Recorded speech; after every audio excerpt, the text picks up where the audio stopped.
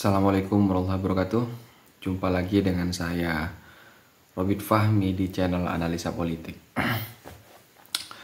Teman-teman semuanya, hari ini saya tidak akan menganalisa soal Pilpres, tapi saya akan membahas isu yang sedang viral ya, dimana kejadiannya ini baru-baru ini di sebuah kejadian besar dan di stadion megah, yaitu Gelora Bung Karno, ketika salah satu budayawan ini membacakan monolog. Begini monolognya.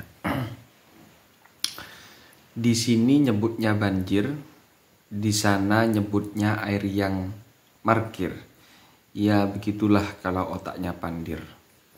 Pepes ikan dengan sambal terong, semakin nikmat tambah daging empal.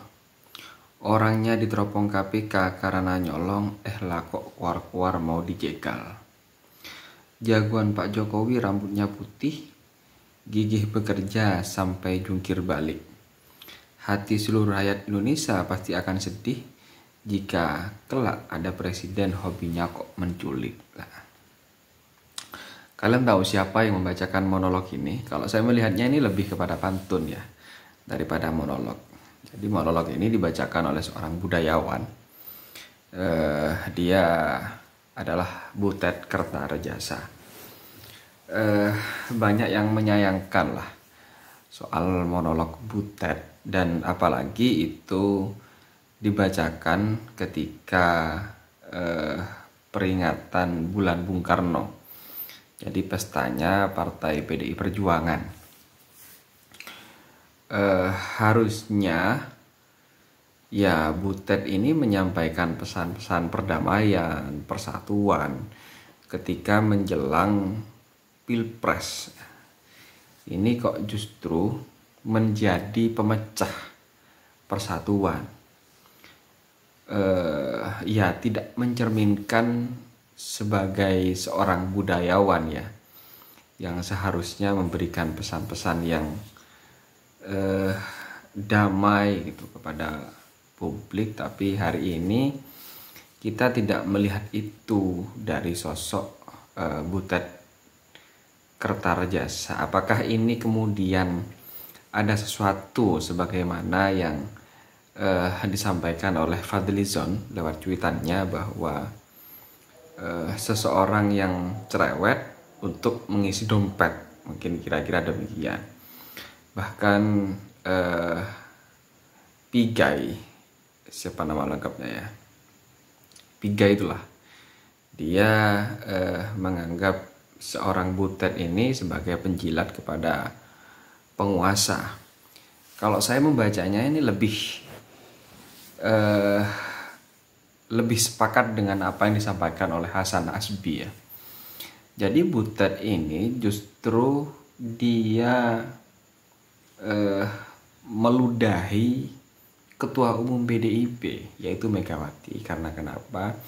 Kita tahu monolognya kalau dipahami pasti publik mengarahnya kepada dua capres. Kalau menculik pasti diarahkan kepada Prabowo, terus kemudian kalau KPK diarahkan kepada Anies. Tapi kita tahu bahwa Prabowo ini dulu pernah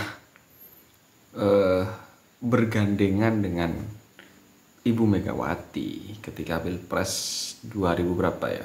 2004 ya. Saya lupa. Lah, kedua tokoh bangsa ini pernah berduet, pernah berdampingan. Lantas kemudian apakah Butet ini juga menyindir Ibu Mega yang sudah jelas-jelas Ibu Mega di sana posisinya sebagai ketua umum PDIP, dan dia yang punya hajat. PDIP itu yang punya hajat, yang mengundang Butet. Lah kok kemudian ini menyindir Ibu Mega, seolah-olah dulunya Ibu Mega itu ya apa ya, mungkin sedang hilaf, atau mungkin dulu sedang meracau ya, atau mungkin dulu sedang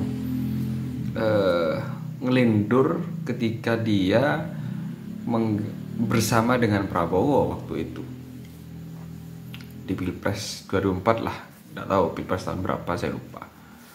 Apakah mengigau atau bagaimana? Seolah-olah Butet ini ingin menyindir Bu Mega, mungkin demikian. Jadi sindirannya kepada Prabowo itu secara tidak langsung itu juga menyindir Bu Megawati. Dan yang kedua, Butet Kertarejasa ini secara tidak langsung juga menyindir Pak Jokowi. Karena kenapa? Ya Pak Jokowi menarik atau mengajak Pak Prabowo di pemerintahannya. Bahkan diberi posisi sebagai Menhan. Posisi yang strategis kalau seandainya Pak Prabowo ini berkhianat, ya mungkin sudah mengkudeta.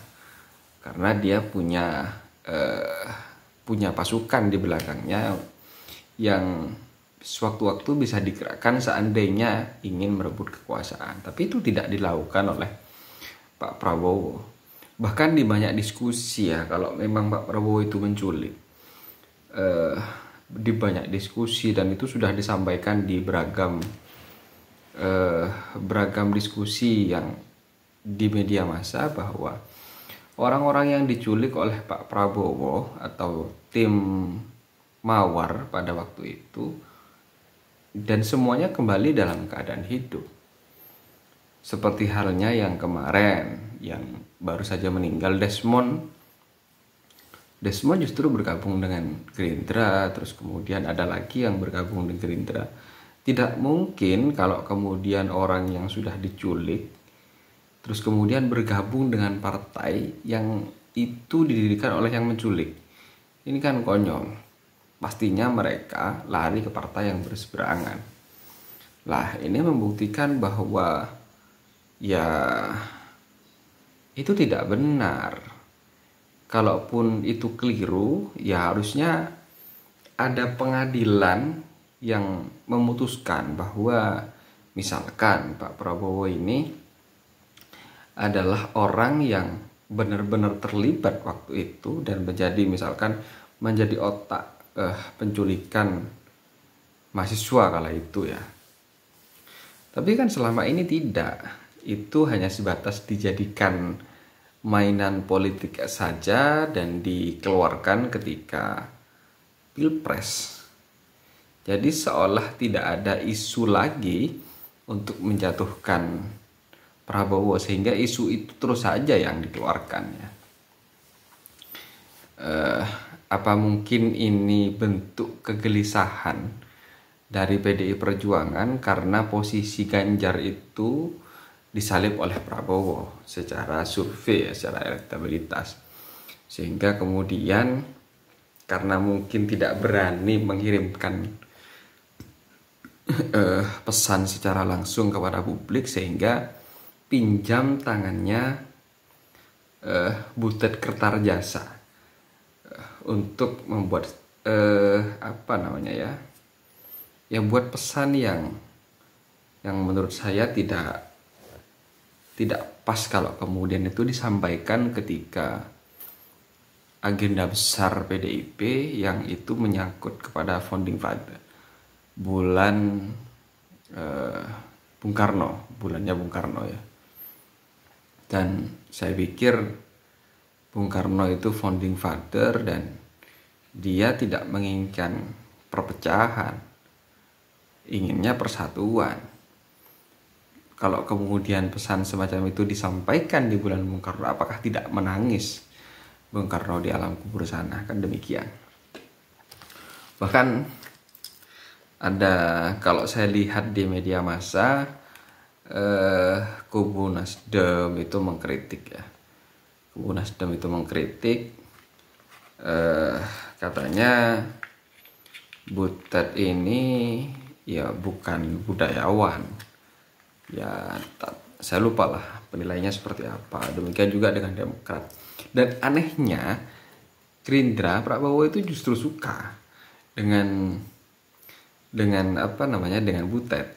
Butet Kertarejasa, katanya dia lucu.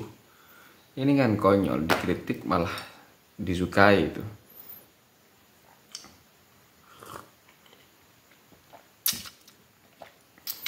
Ya mungkin kalau saya menilainya ini bentuk kegentingan ya.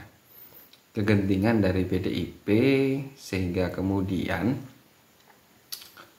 mulai mengambil langkah mengkritik atau menyerang kubu lawan lainnya, yaitu Prabowo dan Anies, karena mungkin posisi Ganjar itu sudah disalib dengan Prabowo.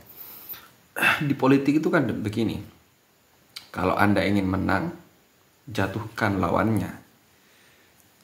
Kalau Anda ingin menang, maka kamu harus lebih baik daripada dirinya, daripada lawannya. Tapi kalau kemudian kamu tidak bisa menjadi lebih baik daripada lawannya, maka kamu harus bisa menjatuhkan lawannya agar kamu terlihat lebih baik dari dia. Nah, ini mungkin teori ini yang digunakan ya untuk menggerek hasil survei elektabilitas Ganjar, yaitu dengan cara menjatuhkan Prabowo dan Anies Baswedan. Ya mungkin itulah komentar dari saya soal tingkah Butet yang menyampaikan monolog perpecahan di tengah menjelang Pilpres.